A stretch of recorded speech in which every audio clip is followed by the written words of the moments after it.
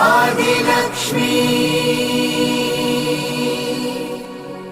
श्रीधनलक्ष्मी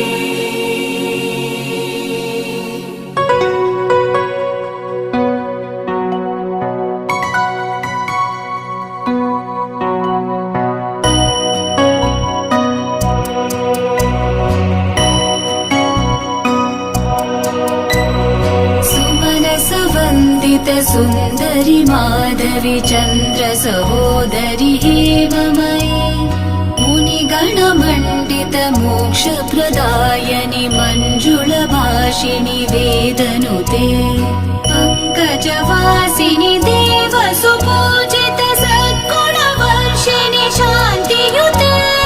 जय जय हे मधुसूदन कामिनि आदिलक्ष्मि जय पालय माम् जय जय हे मधुसूदन कामिनि आदिलक्ष्मि जय पालय माम्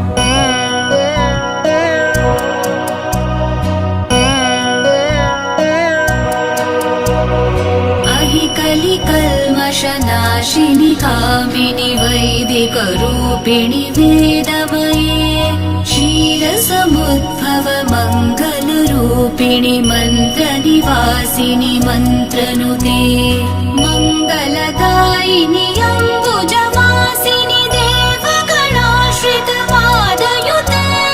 जय जय हे मधुसूदन कामिनि धान्यलक्ष्मि जय पालय माम् जय जय हे मधुसूदन कामिनि